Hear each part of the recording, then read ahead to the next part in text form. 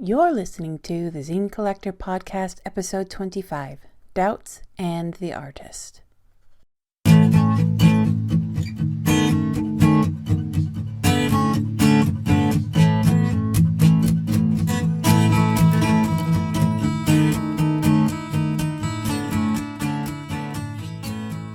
Hello, and welcome back to the Zine Collector Podcast. If you're new here, I'm your host, Nix, and the Zine Collector Podcast is where I talk about all sorts of things related to zines. And first up, as per usual, I'm going to launch right into the notes and announcements because I'm not sure how long today's show is going to go. Could be a regular one, could be a long one. I can never quite judge from the show notes because I tend to go off on tangents, but we'll see how it all goes. And all the notes we can talk about today. The first one is for the YouTube viewers who have by now noticed, if you watch the podcast on YouTube, you've noticed by now that there's a lack of a video component. There's just the one static image. I'm testing out audio only this episode to not only get this episode out sooner. It's taken me a long time to get this episode out for various reasons. And so, like I said, I want to get it out sooner rather than later, but also I'd like to try and feel out whether this is a better alternative for me to get back to the consistency I'd like for the show, or whether people would really prefer to have the video component if YouTube is where you listen to / watch the podcast. If the video element is important to you, please don't feel shy about saying so. There's so much about pretty much everything I'm doing that's up in the air right now due to various factors, and that's kind of been the way of my life for about the past 6 months or so. So there's nothing new there, but gentle feedback is always welcome about how you like to read, watch, listen, that sort of thing. I like to think that I have quite a bit of flexibility, so yes, if you have a preference, please let me know. If you don't have a preference, you can let me know that as well. As I said, it's all very much flexible, up in the air. I'm just testing out things. I'm not particularly enamored one way or another, though. Not having to put on makeup today has been nice. Let's be getting earlier to start, but that's just me. On to more announcements. The next two announcements I'm very, very, very excited to talk about. The first is an amazing gesture by Broken Pencil Magazine, the magazine about zine culture. As we all know, a lot of people, many, many, many people around the world have been impacted by the COVID-19 virus. Broken Pencil is running a GoFundMe campaign, putting together a huge amount of money to create grants for zine creators whose lives have been impacted. They've put in a huge amount of money, of their own money, to get things rolling. They've already surpassed their first goal and are working towards being able to offer 15 grants to zine creators who've been impacted by COVID-19. If you can support this awesome fundraiser, if you'd like to apply for a grant, please check the show notes for links, because on their GoFundMe campaign page, you will find the ways to support, but also the ways to apply for a grant. So huge kudos to Broken Pencil for taking a bad situation and doing something about it in the way that zine creators can. It's really beautiful to see that, and I'm very happy to see us as a community supporting each other. Some may argue that there's no such thing as a zine community, but you can see it working now as we all try to support each other in the ways we can during a really difficult time. And speaking of working together in zine community and all of that good stuff, my final announcement today is a new ZineTube series called Zinspiration, from the amazing creative minds of Ryan of Pocket Thoughts and Craig of 5 O'Clock Zine. So very excited to see new stuff happening. It is an awesome video series of chats with zine makers around the world, and the videos can be found on the Pocket Thoughts YouTube channel. It is so much fun and so inspiring to see zine makers continue to expand their creativity and to video meet each other from here, there, and everywhere. As I'm recording this, I believe the last one was a chat with Allie from War Glitter, who has her own YouTube channel as well. It's so exciting to see people connecting and all of that good stuff that way. So definitely check it out. Everything will be in the show notes to make it easy to find. And yes, very, very excited. And thank you to everyone who has participated so far. And thank you, of course, to Ryan and Craig for creating such an awesome new new thing for the Zineverse to enjoy. Usually the next segment is zine events happening around the world, but pretty much everything has been delayed or canceled in the interests of safety and social distancing. There are certainly online things happening around the world, but as far as physical zine fests and whatnot, yes, they've all been. It's to my knowledge, from what I've seen, there were a few that I was going to participate in as well that have been canceled due to the government regulations and trying to keep us all safe and healthy and social distance and all that stuff.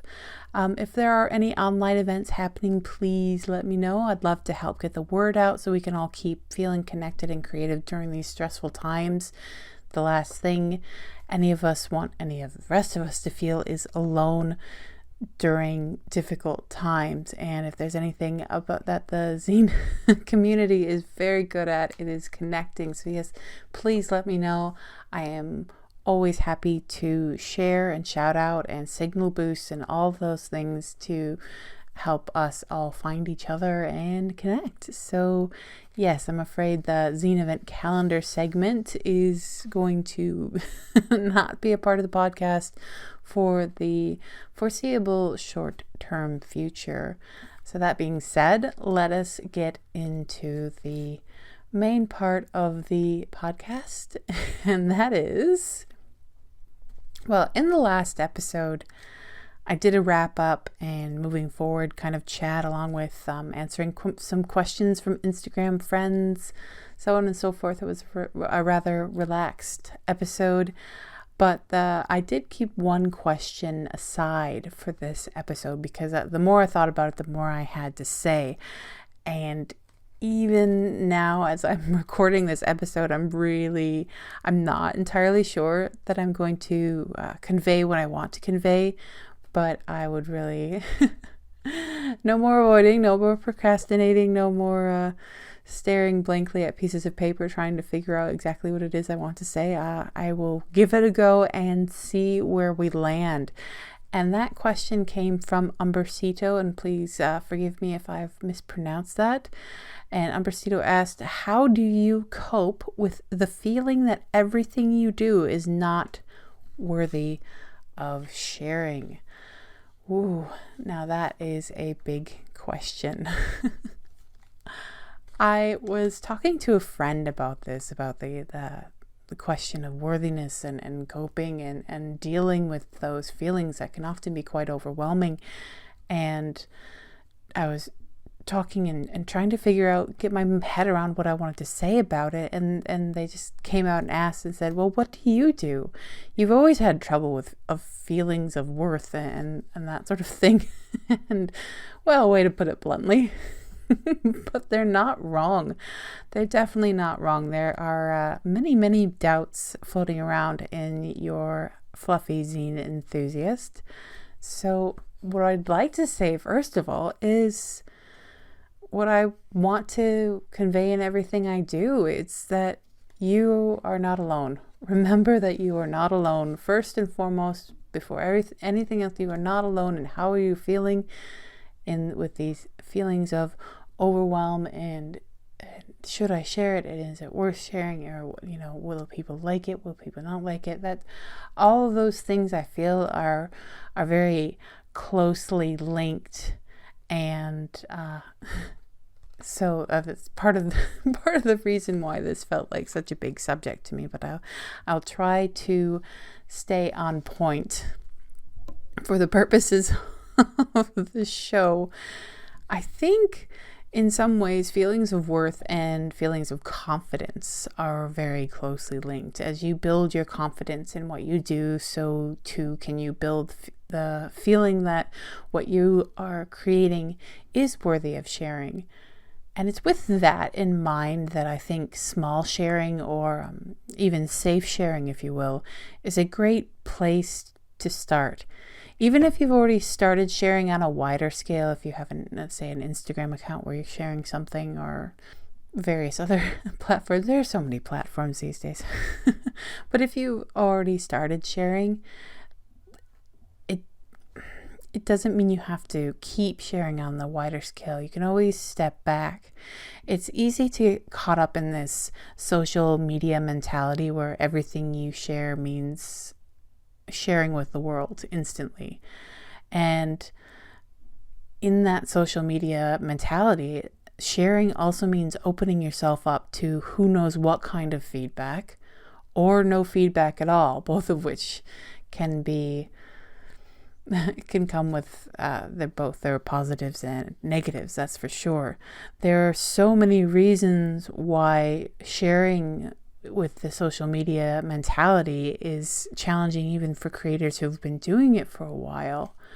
So in that way, I think we need to remember that it doesn't have to be all or nothing. It doesn't have to be all on the internet, always on the internet. I think we need to remember the value of the human connection and the going out for a coffee and, hey, do you want to take a look at this with a trusted friend? All of that sort of thing. One thing that's really stuck with me through the years is the thought that you more often regret the things that you don't do more than the things you do.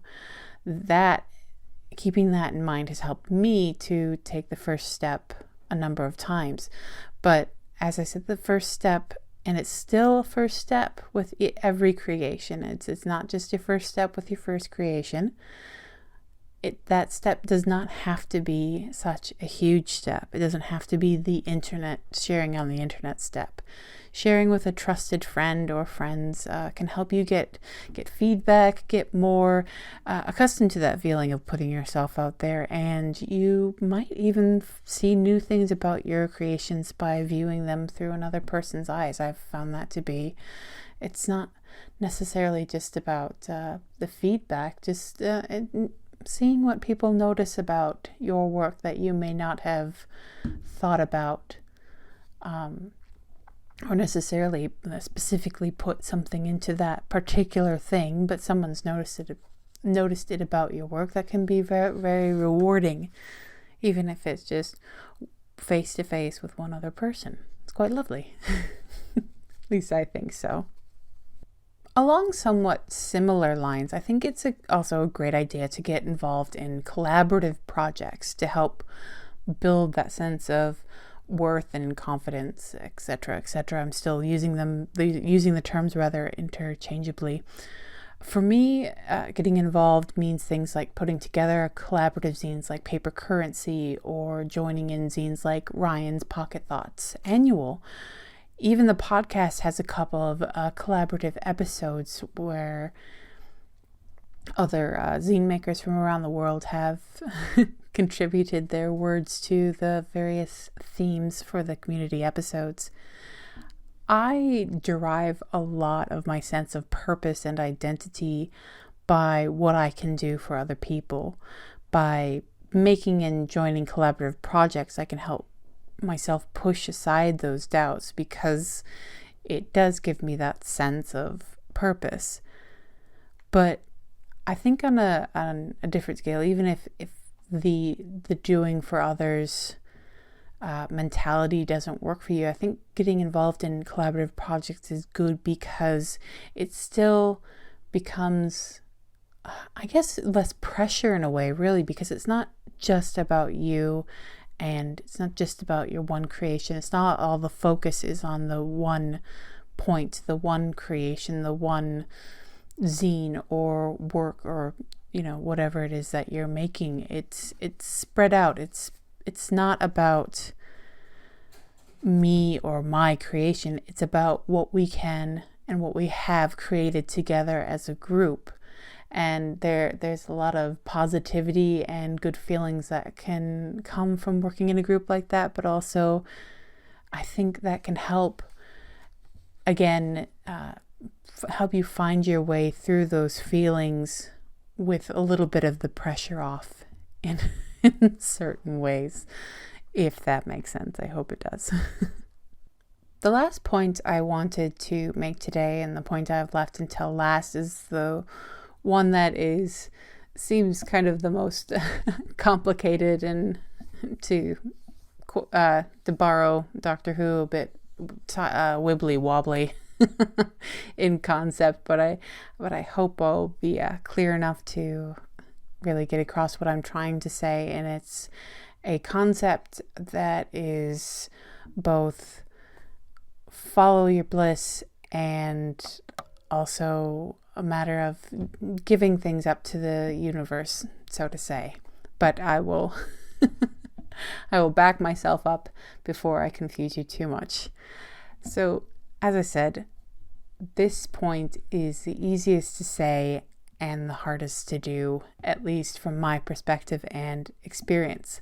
That point being, do it for you. Otherwise known as follow your bliss, or just do it, or a number of other sayings that basically follow along the same lines. When I create something, whether it's to say something to the world, which is usually my nonfiction writing is to say something to the world, or whether it's to say something to myself, which is the case with my fiction writing usually, or just because I want to make it. Over the years, I have found a space. Now, it doesn't work every time, but over the years, I've found a space where I tend not to think about what happens next. I make for the sake of making, and then I just share. I just do it. I don't think about whether people are going to read or watch or listen. In a lot of cases, I assume that it's just going to be out there and it's never going to be read or watched or listened to, which, as I'm saying it, it does feel like that sounds like a little bit of a sad proposition, but it gets me out of the space of trying to guess what other people how other people react to things. Because when I hear, how do I cope with feelings that what I have created is not worthy of sharing, to me, it says a lot about trying to anticipate how others are going to react. But in the end, you create for creation's sake. Now, admittedly, it helped that I started posting years ago, and I posted zine reviews, and I had a blog with no followers, nothing, and social media wasn't quite what it is today, and all of that stuff, and it was just posting for the sake of it, and then it was just making zines for the sake of it. And I think it's quite easy to lose that initial do it for you sort of things, especially, as I've said, with the social media mentality, that it's so easy to get into. But in essence, if you make and then just share, it's out of your hands after that. It's like leaving a free zine on a park bench or uploading that piece of art to a brand new account with 0 followers. It's shared. And once it's shared, I don't know any more or less about how people are going to react. I don't know any more or less about whether it's worthy of sharing, but it's both quite scarily and quite blissfully out of my hands. It's up to others to engage or not engage. Sharing is the step that comes after do it for you. Do it for you is the the important part to keep creating. But I do think it's important to find self-worth, but at the same time, share it and then it's out of your hands. I hope that makes sense. How do I cope with the feeling that everything I do is not worthy of sharing? I take a step back and I share it anyway. A step of radical vulnerability in sharing my work, and also radical acceptance in a way, insofar as I remember that I can't control what people think or feel about what I create.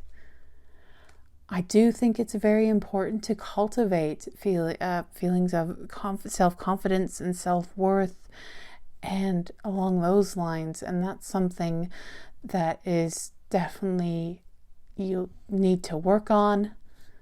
And it takes time. Believe me, I'm working on those things in my own life with me right now. But when it comes to your work, be gentle with yourself. Take those small steps, but also accept that there are certain things that are out of your hands.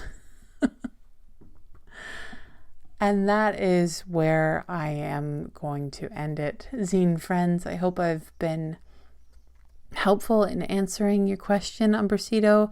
I hope I've made sense. I hope I've given some tips to help you take those steps and help you feel a bit more comfortable with sharing and find your way to sharing, whether it be on a small or large scale. It is such a huge topic related to so many things, and yet it's so personal at the same time. and see, I'm sitting here and I'm having all of these doubts, and I'm not sure if I've handled this topic well, but I am going to produce this episode and put it out there because I don't know if this episode is worthy of sharing or not, but I'm going to anyway, because you never know, right? With everything, be gentle with yourself, be kind, and please, please, please don't be afraid to share your feelings with your trusted friends, because we definitely need to keep connecting, keep honest, and keep supporting each other. Thank you all. Thank you, Umbrasito, again for the question, and thank you for your patience, given I separated out this question for an episode all its own, and it's taken me a while. Thank you all so much for joining me for another episode of the Zine Collector. If you have any questions about zines, zine reviewing, so on and so forth, you can leave the questions in the various comment areas, email me, so on and so forth. I am around, and I usually don't take quite so long to get to questions, but sometimes someone gives me one that requires a lot of thinking. But please remember that everything I say is only my opinion. There are no gatekeepers in the Zineverse, nor should there be. Links to everything I've talked about will be in the show notes. And if your source of the Zine Collector Podcast doesn't have clear show notes, I know I've seen a few places where they're jumbled together. You can always find them at seagreenzines.com, seagreenzines.com, where I review zines, post calls for submissions, and spread a little sunshine in the Zineverse. And now for the admin, so I can use the lovely music that starts and ends this podcast. The music for this podcast, Spanish Summer by Audionautics, is licensed under a Creative Commons Attribution license. Once more with feeling. This is the Zine Collector Podcast. I'm your host, Nyx. Thank you so very, very much for listening. Go make some zines and spread a little sunshine.